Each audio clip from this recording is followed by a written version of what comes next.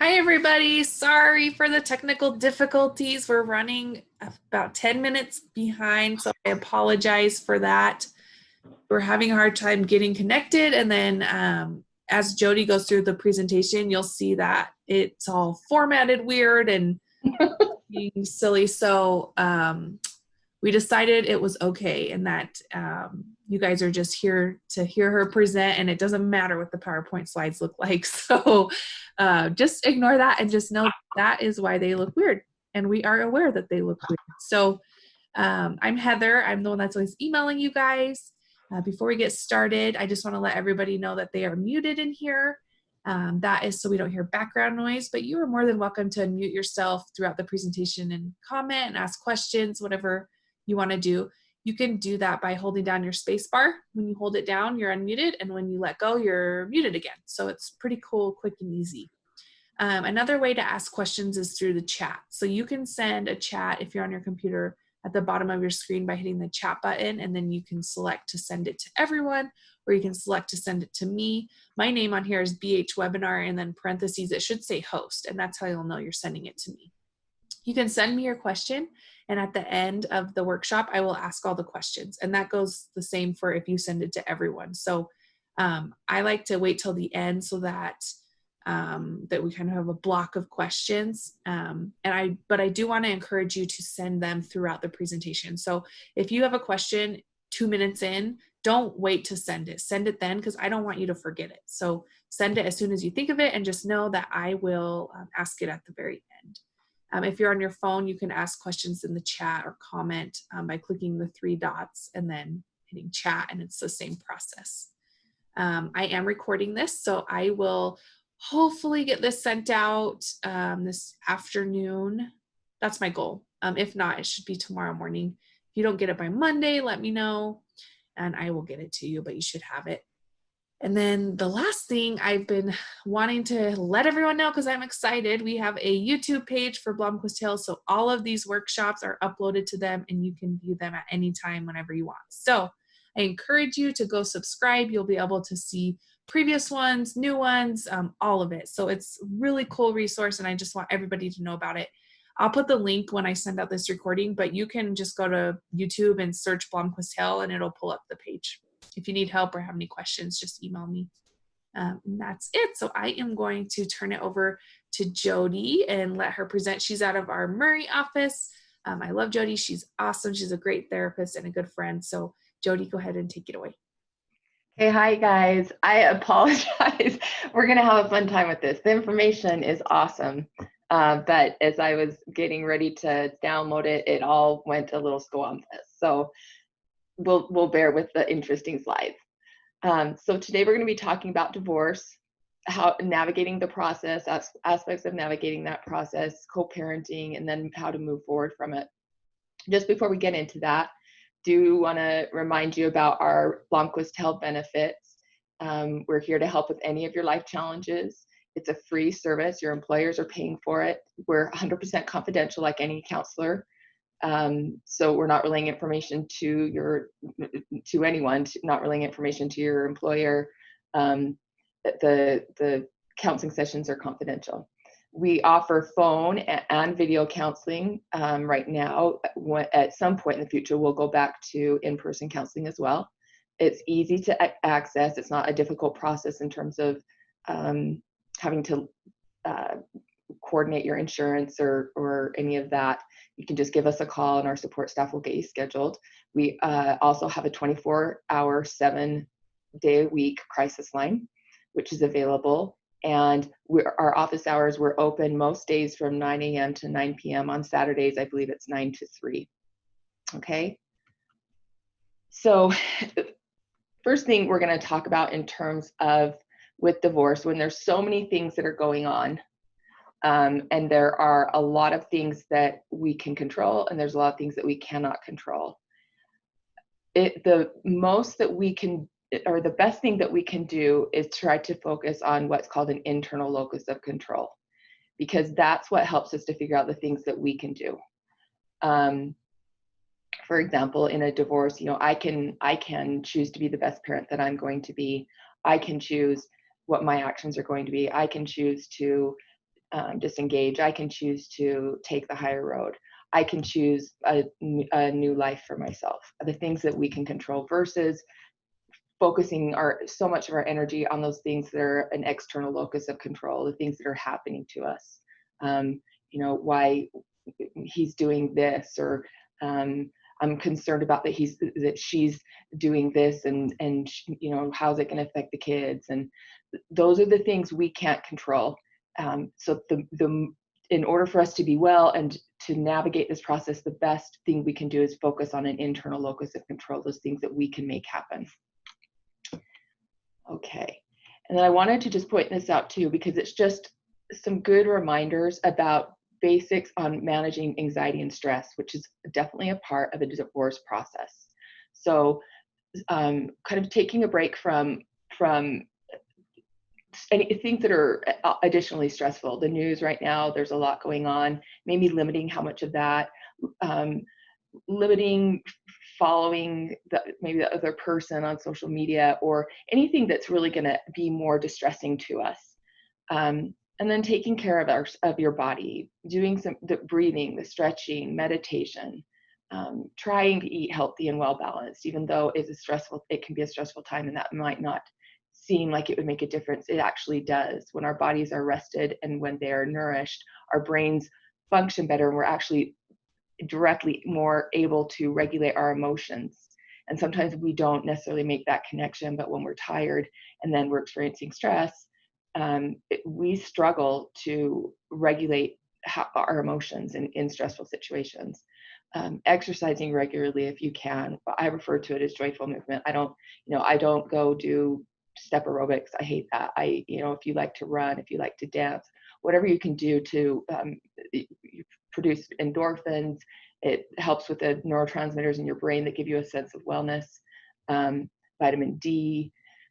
So that's really an important thing. Walking, again, plenty of sleep, 7 to 9 hours if possible, and then avoiding the use of alcohol and drugs to self-medicate, so that we can actually address the things that are difficult, feel the feelings, work through them, reach out for support, connect with other people. Those things are super important.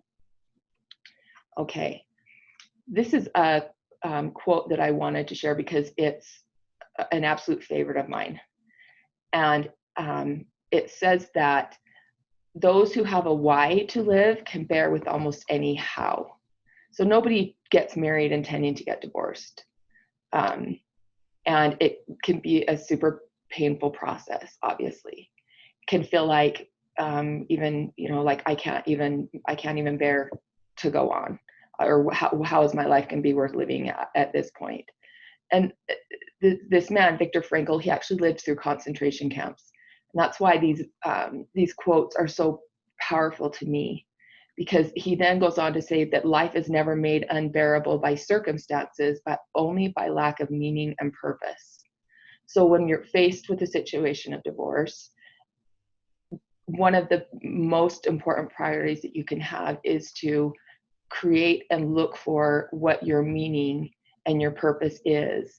And if you can direct, and we're going to talk a little bit more about that, if you have children, if you can direct some of that meaning and purpose towards how to be the best parent that you can, if you can direct some meaning and purpose as you're coming through the healing process to what kind of life do I want? What can I build for myself? What can I do now? How can I go forward?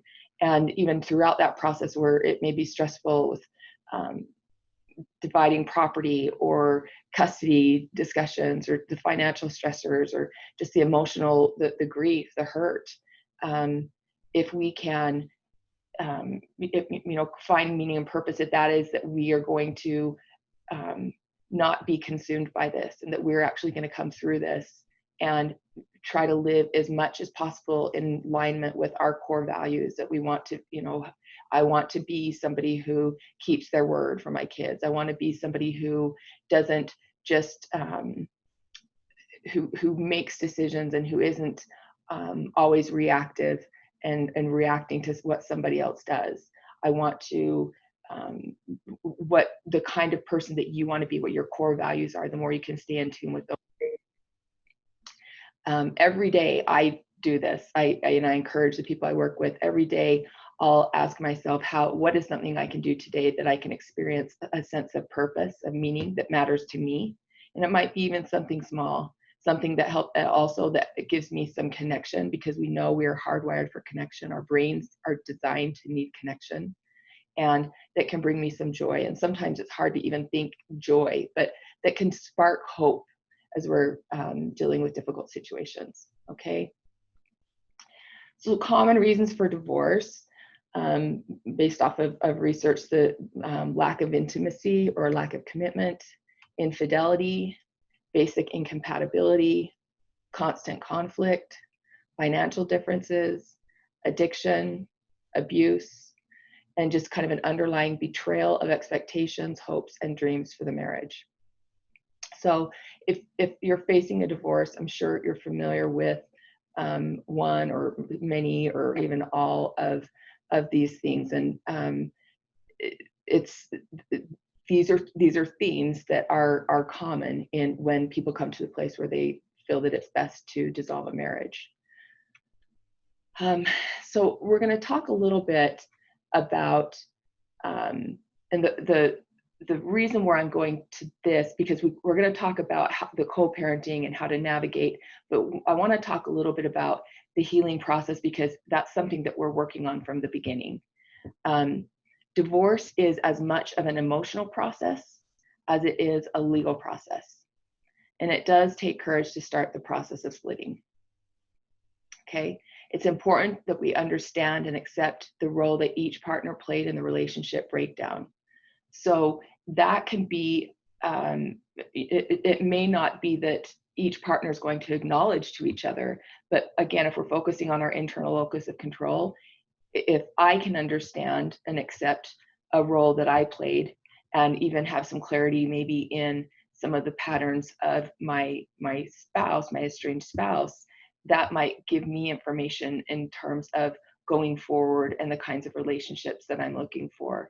And it might also give me information about how can I identify ways to work most effectively with this person if we are going into a co-parenting situation. Divorce can lead to deep or surprising losses.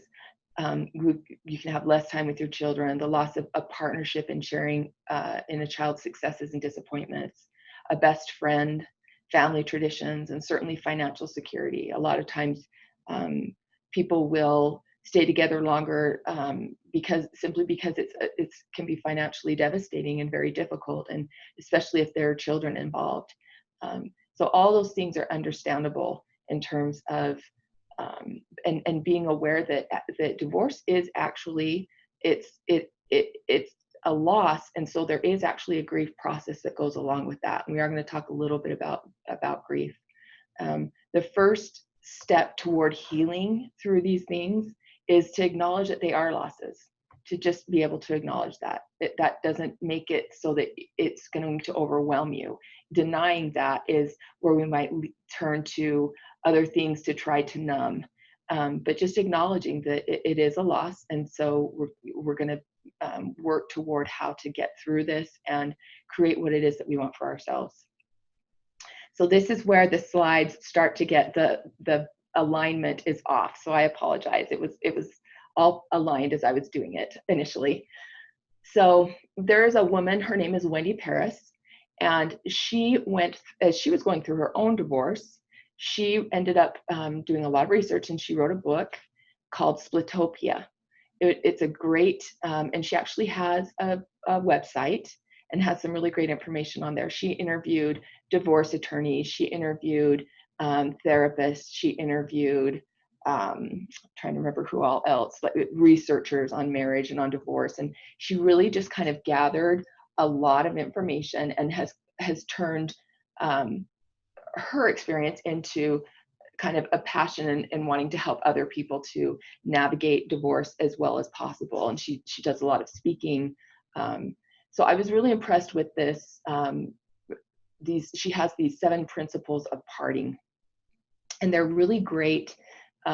Just some great information, but you can get more of this information. I just kind of pulled the pieces that I felt were key points.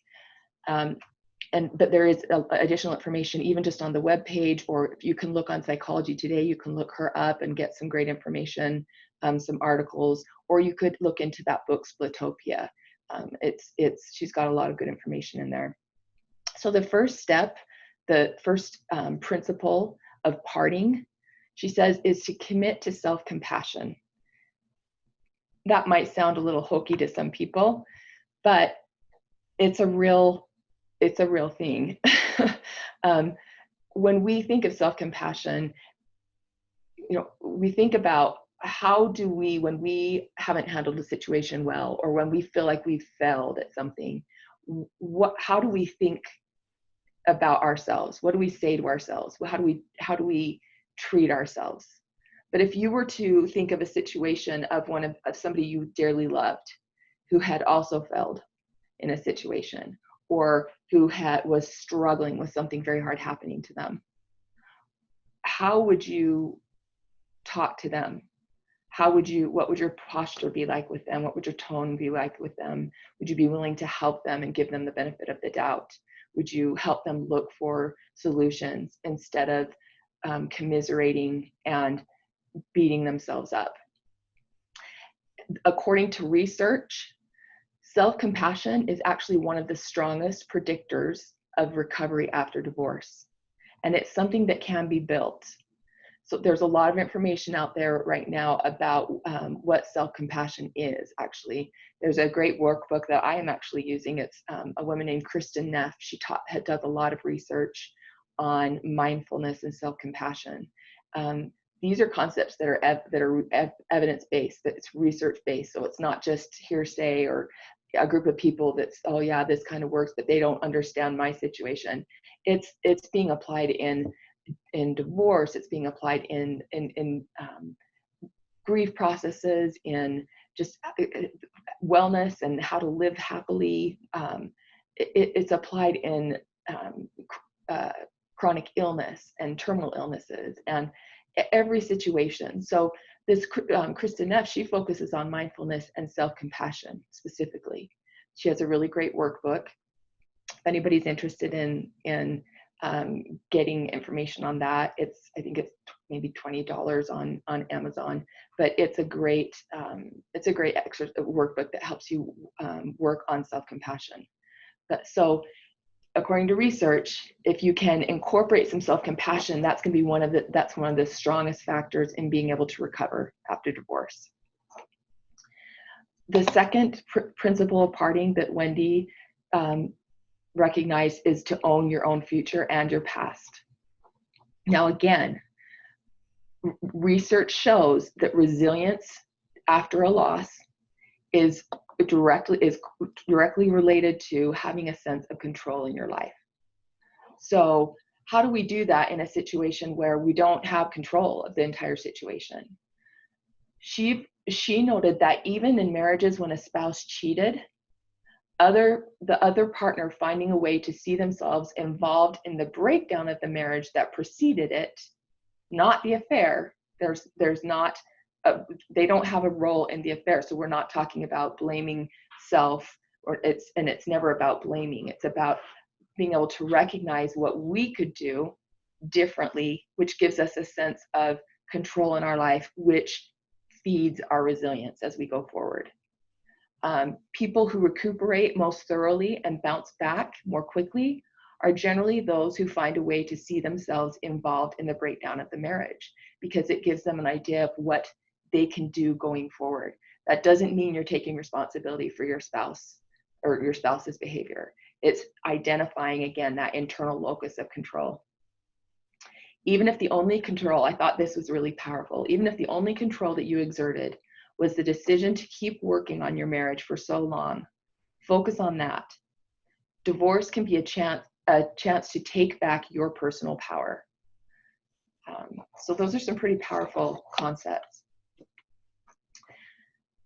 She also pointed out that you don't confuse filing for divorce with closure. A man named Forrest Mostyn, who's a collaborative attorney, a mediator, and an author, this is a quote by him: "There are 5 levels of separation. sexual, physical, emotional, financial, and legal. So for example, you could be legally separated and still totally and emotionally enmeshed with a person. So divorce it's a process. The actual process of the divorce itself, the emotional process for you is another process. So there's a lot of facets to what you're going through. And so as much awareness, which also helps identify where really understanding and using and implementing concepts of self-compassion can help you with that. Certainly the financial, the legal, trying to determine what's custody, or trying to determine property, and the loss of the physical intimacy, and the emotional, the emotional, having a partner or of what you had hoped for together, or what you did have at some point together.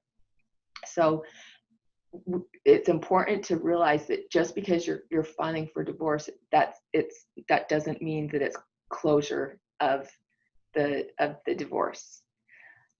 And she said that she built a toolkit for her divorce. So she says, as with natural disasters, an emergency preparedness toolkit can help you weather the storm, because there are ups and downs and all around, and things come back and forth. And so having a toolkit, again, what is in your control, having a toolkit for Wendy, she identified 3 things. She was going to have new routines for her daily chores and responsibilities. So she had structure. She was going to have new plans for emotional flare-ups, what she would do, how she could get connection, support, how she could, the self-compassion, the behaviors, the things that she would do when those situations arose. And then also identifying an emergency responder. So that speaks to the concept of connection. Having somebody who you can reach out to when you need some support. There are support groups for people going through divorce, but also having, friends or family or people who can be a supporter for you and have empathy, and ideally not be somebody who would commiserate with you, because we don't want to stay. There's a difference in venting and expressing, frustration, hurt, and in somebody who will reinforce for us kind of that a helplessness. We want people who can empathize and validate and encourage us to focus on the things that we can do to go forward. The other thing that she suggested, one of the other principles, was to combat anger with empathy. Now, to normalize this, she said everyone is angry at some point in divorce. So it's not like if you're angry, it's not that you're doing something wrong. With that, long-term anger destroys relationships, it destroys happiness, and it destroys our health. So she said the more that you get in touch with the hurt underneath the rage and empathize with the struggles of your ex, if there's things that you can recognize in them that can help you, recognizing it, wow, yeah, now that I'm not at the house, she's got a lot more on her plates, and she's maybe not maintaining the yard as well, it's harder for her with watching the kids, but sometimes being able to see some of that, it can help us to move past some of the anger and help us focus on building our own life. We know anger is a secondary emotion. It's always secondary. There's something under it. So the more, and I would say not only empathizing with the struggles of your ex, but as you're getting in touch with the hurt under the rage, with that concept of self-compassion, empathizing with your own struggle in a compassionate way. recognizing, yeah, this is hard, and I do feel sad. So what are some of the things that I can do that can help me through this? And can I be patient with this, knowing that it's going to change over time? It's important to understand grief. There is a woman named Kubler, her last name is Kubler-Ross. They have it's what's called the cycle of grief. And it goes through some stages. It starts with denial, and then it goes into bargaining, where in your mind, you're in denial that it's going to happen. Then in bargaining, well, if I do this, maybe we won't get divorced, or if I can just do this well enough, then he'll stay, or maybe she'll love me more if I could make more money, whatever we bargain with. And then we go into anger. Again, everybody is angry at some point in divorce. Underneath the anger, we know, is something else, they refer to it as depression or sadness because of the loss. And then eventually we come into acceptance.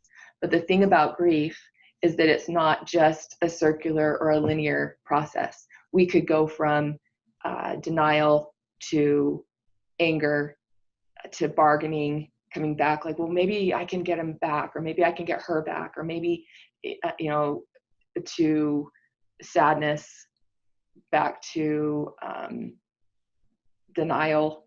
So, but as time goes on, and as we actually allow ourselves to experience some of those emotions and reach for resources when we need them, that process you will note that you're moving through that process. And there is a point where it's no longer beneficial. You no longer you can't deny it.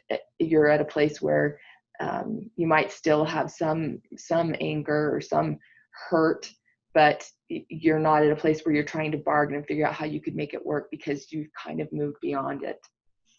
So that could also be a helpful resource for you, is looking into the stages of grief.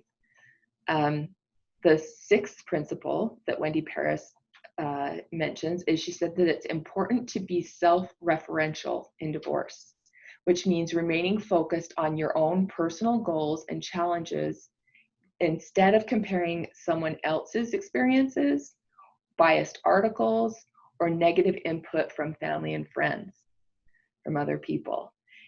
Again, commiserating. Well, so this can be for a few reasons.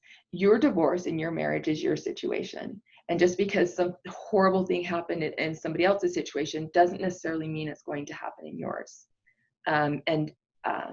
Or, comparing, oh, look at how much better that situation went. Why can't my situation go that well? And that's understandable, but trying to be as much as possible in your experience. And that doesn't mean we don't get information from other people that might be able to provide resources for us, but coming back to ourselves again, and the things that are in our locus of control, the things so that we can stay in the process that we're in and create a vision for how we want that to happen, and what we're going to do, and what the kind of person we're going to be, and what the life we are going to build, the kind of parent we're going to be. And this was another aspect of that you also do not want to compare your recuperation to that of your former spouse. And she said, particularly when it comes to asynchronous romance. So basically, involvement. Basically, if your spouse is moving forward romantically and you're not, making that comparison is incredibly frustrating, right? Or if a friend has been divorced and they're dating a lot, those comparisons can make us feel worse. There's one of my favorite quotes: comparison is a thief of joy. And it's absolutely true, because usually we make comparisons that are unfair comparisons. We don't typically compare our strengths to other people's strengths. We're usually comparing what we perceive as our disadvantages to their advantages. So the seventh principle that she mentioned is to create positive moments. The judgment around divorce can prevent us from embracing the additions to our lives that come with the change. So maybe I'm not recognizing that, wow, there's a lot less fighting in the home, or I'm not as on edge. I'm able to actually see some of the positive things, or appreciate some of the things that my former spouse did. My kids seem happier. I have I have the opportunity to spend more time with my friends, where he was, maybe really protective or didn't want me to do that, or she didn't want me to do that. The other reason why we want to create positive moments is that the positive moments and the good emotions that they create have an undoing effect on the negative experiences of divorce. So they literally, in our emotionally and within our brain, they can create an upward spiral of positivity, which we want and we need in challenging circumstances. So there's actually a biological benefit of that. Another thing that she pointed out was that positive emotions help us connect with others. They help us solve problems more creatively, and they lower stress. So instead of being stuck in anger, despair, where we don't have a tendency to connect with other people, which we are hardwired to do. Our brains are designed to function better and to flourish and our wellness when we are connecting with other people, meaningful connections. So the positive emotions, allowing some of those in and seeking to try to foster them, actually will help us to connect with other people. They'll encourage us to look for solutions to problems, and through connecting with other people, that can provide resources for finding solutions, and lowering our stress. There was a study that said even 2 minutes spent focusing on positive thoughts changed how the brain is functioning. And that was a powerful, I remember from another webinar. So we're going to get into some co-parenting concepts. And the best way we're going to start this, I figured that probably the most important thing is for parents to understand what children's needs are developmentally at various ages. So to start, this is just a woman named Kristen Fuller. She actually has an article on Psychology Today, and it's called Co-Parenting: What Children Need Most When Their Parents Divorce. So again, you can look up that information and get more on it, but she identified these key points for all ages. Number one, they need acceptance. They need to know that they are the number one priority and deeply loved by both parents. Okay. They need assurance and safety. Consistency is big in that. Consistency in routines and doing what we say we're going to do, and knowing that their world is safe. So, and their world, especially depending on what age, in their perception of their control in their world, they need to know that their world isn't being completely shattered, that they still are a family, that they still have these things. Now, this might not always be able to happen in divorce with both parents. One parent might say, I'm trying to do these things, but the other parent isn't contributing. But there is also research that shows that if even one parent can do these things that we're going to go through, it makes a significant difference for the child. So it's not, it's still very important. They need structure, which would be maintaining the same schedules as much as possible, especially smaller children. That's what allows them to feel safe and to know what to expect, and for things to feel predictable. They also need freedom from guilt, freedom from the blame for the divorce. One thing that will help them with this is that if parents will not give any intimate details of the divorce to the children. It's not their business. It's not their work. They don't need to know. And especially if, for a child, a lot of the time children will blame themselves and think, well, if I would have gotten along better with my brothers and sisters, or if I would have listened more to mom or listened more to dad, or if I would have helped out more. And so certainly we, by giving intimate details, it's information that they don't need to know, that it's developmentally, it's not appropriate. It can lead to them taking responsibility for things that are not their responsibility. The dissolution of the marriage is about the marriage, and so that's about the parents. It's not about this dissolution of a family. It's not about the divorce from your children. So those details belong between the parents, not your children, because it will hurt them. They need a playtime. They need to be allowed to be kids. Again, as much as possible to, and that doesn't mean that they can't, sometimes in a family where there's divorce, or I was raised in a family where my parents were divorced and then my father died. They remarried and then my father died. And so naturally in a situation like that, children sometimes will pick up additional responsibilities. Research shows that in itself is not necessarily detrimental. What is important is whether a child perceives that their parent is doing the best that they can. That has a more of an effect. It can mediate or mitigate the challenges of having to pick up some extra responsibilities and do things differently, but they still need to be able to be children. They also need strong parents who will make it a priority to seek therapy if they need to do so, to help take care of themselves mentally and emotionally. At Longquist, we provide both couples counseling, if you're, that could work for going through divorce or post-divorce, or and we also individual counseling. So a strong parent is not a parent who doesn't have struggles or who doesn't have pain. It's a parent who recognizes that it's responsible to do whatever we can do to be well.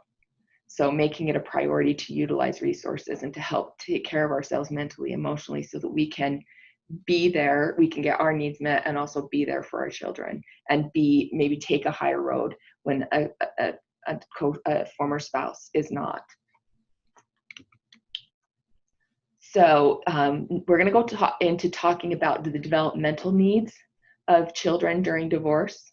So I took this information from a website called you've got the address up there, and it's from an article that's called "Your Child in Divorce: What to Expect at Each Developmental Stage." Now, this article goes into a lot more detail than what I put on the webinar. It talks about certain things that you can look for to see if your child is in distress.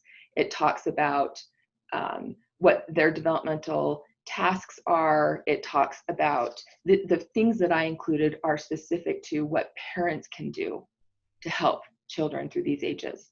So I'm going to kind of read through these semi-quickly because I got us started so late, but it's really good information. And again, you can access the full information at this address. So from children birth to 18 months, the main priorities for parents: to maintain a consistent routine for your child, spend time holding, rocking, hugging, and talking with your infant, showering them with love, making sure that they don't go, if at all possible, more than 2 to 3 days without seeing the other parent. And then, of course, keeping regular appointments with their medical provider, because that pediatrician can help to make sure that they're meeting their developmental tasks. And if there's any kinds of delays, or how they're might be affected by the divorce or other things that are going on. For children 18 months to 3 years, it's very important to maintain a consistent routine. You need to reassure your toddler that you love them. You want to avoid punishing them for acting like a baby, not kind of avoiding using that word, and instead point out the advantages of being a big boy or a big girl. Don't force hugs on children when they're pulling away, and be aware of when your child is reaching for your affection, and respond with hugs. The other thing is to set limits and not let our toddlers run the show. Toddlers actually love rules, and they need to know that they're expected to follow them. It actually helps them know what to expect and feel a sense of security. So it's things being more predictable, which is more important for them, even though they seem like they're crazy and all over the place. We also want to arrange parenting time so that your toddler has frequent time with each parent. Toddlers should go no longer than 3 to 5 days without seeing the other parent. 3 to 5 years, provide predictable and consistent routines. Try not to make too many changes at once, if at all possible. Reassure your child whenever you leave them with some, at daycare, at school, wherever they may be, reassure them that you will be back and give them a specific time when you are leaving them, and then keep your word. So they might be going through some separation difficulty, and certainly if one of the parents isn't living in the home, or maybe they're not seeing them frequently, they need that reassurance to know that you are going to come back for them. Provide opportunities for your preschooler to talk about their feelings. Reading books is a really great way to give them information, like positive information, and then also to open the door for discussion without it being forced, where they might be able to talk about things that they can understand or that they're feeling. We want to reassure your child that you love him and her, and that nothing will change that nothing changes that doesn't end. If your child is having nightmares, you want to talk about it with them. You want to reassure them that they're safe and that you will always take care of them. Because again, that's part of it, is fear coming in, that what if something happens where mommy, can't take care of me, or daddy isn't going to be here. We want to keep both parents informed about the events in the child's life, and both attend special events. If you can, sitting together peacefully can be kind of a show of solidarity for your kids, and then it doesn't put them in a situation where they have to try to figure out who they go see first. At this age, it's not as much of a challenge, but especially as they get older, if they can see that civility, that can be very reassuring for them. Let your child's teacher, this is an important one, you want to let your children's teacher or daycare know about the divorce. Ask what behaviors they may be noticing in your child, and meet with them to talk about strategies for helping your child. It is a big life transition for them. And I think this goes into, throughout the school, certainly the lower grades of school, where they've got a contained classroom, letting their teachers know what's going on so they can be aware. Children ages 6 to 9, accept your child's feelings no matter what they may be. You don't have to agree with them to accept them. That's something, just letting them have their feelings. Be a good listener and be available to them. Never say demeaning things about the other partner in front of your child. Your former spouse is your child's mother or father, and they are a part of them. So if you put the former spouse down, you are in essence putting the child down. Or putting them in a situation where they have to, that can hurt their relationship with their parent, or what they feel torn to make it in loyalty. It's just never a good thing. Set a good example for how adults take good care of themselves. Let your child know that you want him or her to love and spend time with the other parent, that you want them to do that, so they're not feeling that they know it's okay to love both of you, and they're not being asked to choose. Help your child see that even though your family has changed, you are still a family. Tell and show your child that you love them. Do all that you can do to keep the other parent involved. This is an important time for your child's development of self-esteem and identity. They can best accomplish that with both parents engaged. So this is a huge period in children's lives in terms of their self-worth and their identity.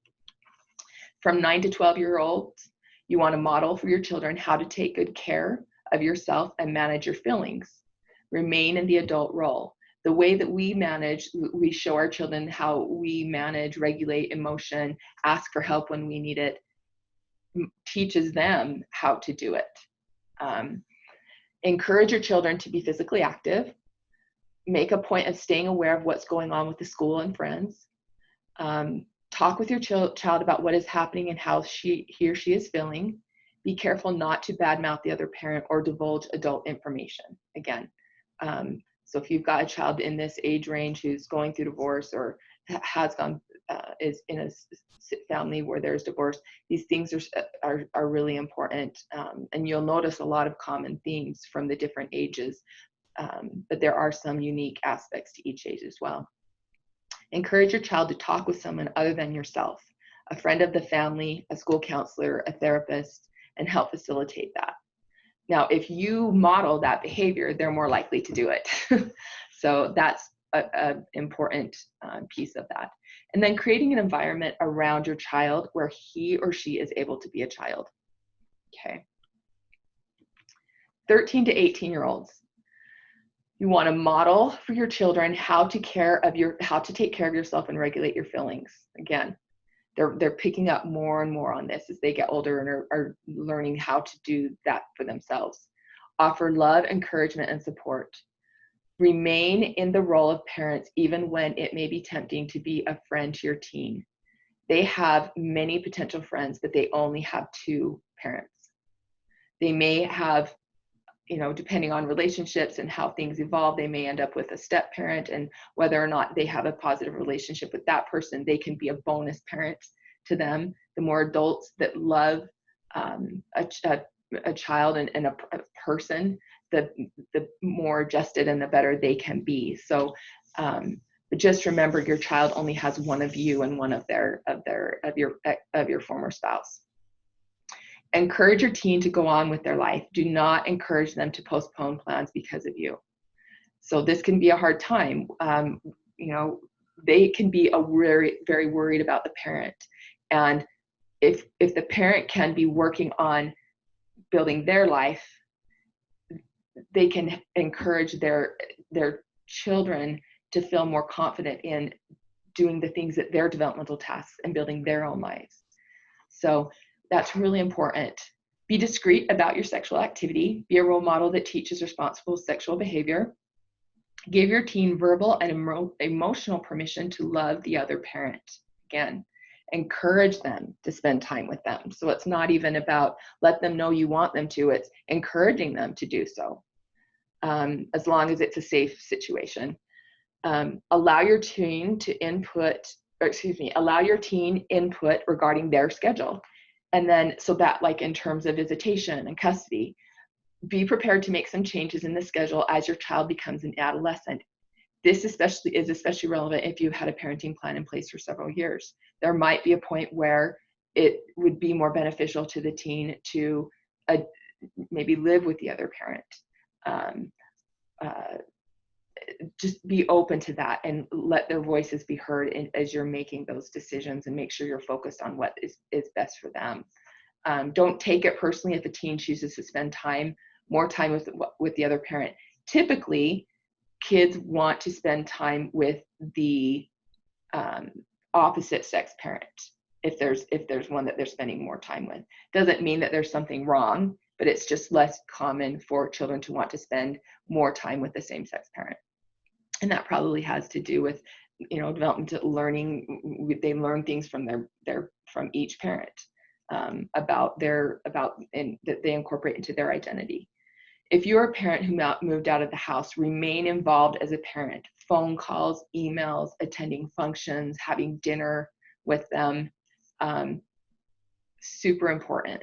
Maintain that contact. So as you're talking about going forward and closure, there is a really great article. It's called How to Get Closure. Closure isn't always what you think it is. And it's written by a man named John Kim. He's an LMFT. And you can find this again on Psychology Today. I'm going to have to read the very last part of it from my paper because the other part of it disappeared as I was frantically trying to fix all the boundaries.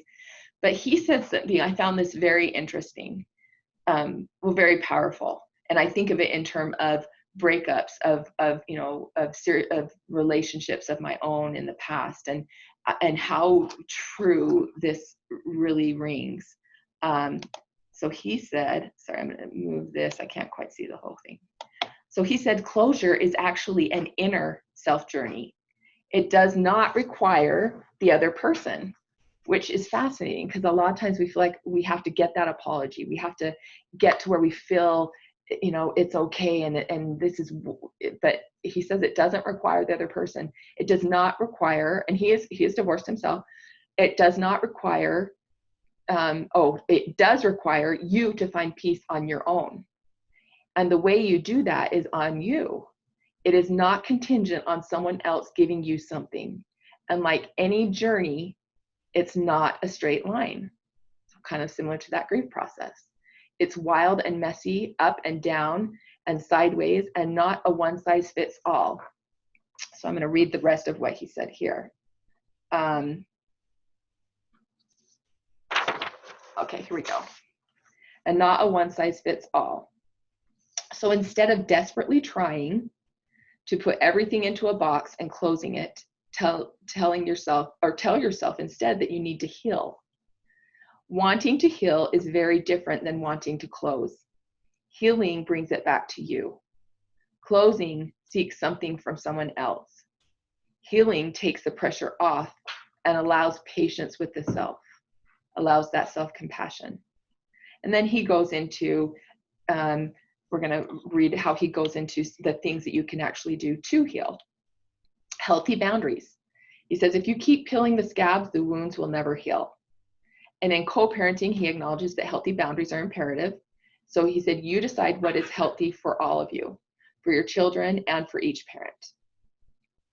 That is also a thing. The priority is the children, but it is important also that as parents that you're taking into account the things that you can do and be well. And then he says, get a life. Ask yourself, what does that look like? And then specifically, what action steps am I going to take to put behind, or what steps am I going to put behind building a better life? So what am I going to do? He said, do some of the things you've always wanted to do, but maybe you didn't have the time for, or your partner wasn't supportive of, or that maybe you were afraid to do. So there are opportunities. Design a life for yourself in your vision. Love back bigger. So he's not saying go get into another relationship immediately. He's saying love beyond what he or she, your former spouse, did to you. Love beyond your ego, love beyond your pain, and love beyond your anger. He says it will help you let go, it will help you heal, and it will help you move on. So again, we're not ignoring the anger, we're not ignoring the sadness, but we're looking for incorporating to what meaning can I find in this, and not allowing the loss of this situation to impede our ability to believe that we can have something different in the future. And then he says, repeat. Healing is not a one-time thing. It takes time. But repetition of all of the above plus time will get you to heal your heart and move on with your life. He says, be patient with yourself and know that it is a process. So that key thing that I really want you to I hope that you could hear is that when he said, it doesn't require the other person, because sometimes we can't get that from the other person. Sometimes we will not get that apology. Sometimes we will not get them to be invested in our wellness. And it can feel like we have to have that, and we can feel stuck in that, but it actually does not require that, which is a really powerful concept. So as you're considering what your challenges are in your, as you're going forward, also consider what your assets are. Write those things down. It can help you visualize it. And then writing down, I remember a counselor saying to me at one point in my life, this was an unfortunate thing that happened to you. And then they said, so, and you didn't, this wasn't something that you deserved. It's not that, it's painful. Now, what do you want for yourself? What do you want for your life? So I would really encourage you to spend some time thinking about what, not the things that I don't want, but the things I do want. And then identify what are some of your resources. Or if you realize, I need to, what are some of the things I need help with, then that can help you recognize, maybe can I reach out and connect to find resources to help me with these things. And again, writing it down makes it more powerful. It helps us to accomplish it. It sinks it into our minds, but we follow through with it and we can see it better. I just included this because it was something that was taken from a training that we did on happiness, habits for happiness. And there's a woman named Brene Brown who does a lot of research on how to accomplish intimacy, emotional intimacy. And she says that, she talks about how it's through vulnerability, not through putting our best self on or being really guarded. So one of the things that she found in her research of how people who are able to find meaning and purpose in their lives, she said without exception, the concept of spirituality emerged from the data as a critical component of resilience and overcoming struggle. So this is not religion. It's spirituality is recognizing and celebrating that we are all inextricably connected to each other by a power greater than all of us, and that our connection to that power and to one another is grounded in love and compassion. Practicing spirituality brings a sense of perspective, meaning, and purpose to our lives. So again, if that's the things that we can do, the intrinsic, and this is based on research. Again, if we can incorporate some aspect of how spirituality can help us with creating that meaning and with engaging in that compassion and that self-compassion and coming through a period of struggle. So I want to thank you. I know we went a little over, but I wanted you to get all the information. Thank you for your time. And for those of you who may be going through a divorce or maybe have gone through a divorce, I hope that some of this information is helpful. And please know that you can reach out to us if you would like to pursue some individual counseling. Okay, I haven't had any questions come in, so if anybody has any questions, feel free to type them in the chat right now. Before we go, like Jody said, you're more than welcome to schedule an appointment if you have our benefit.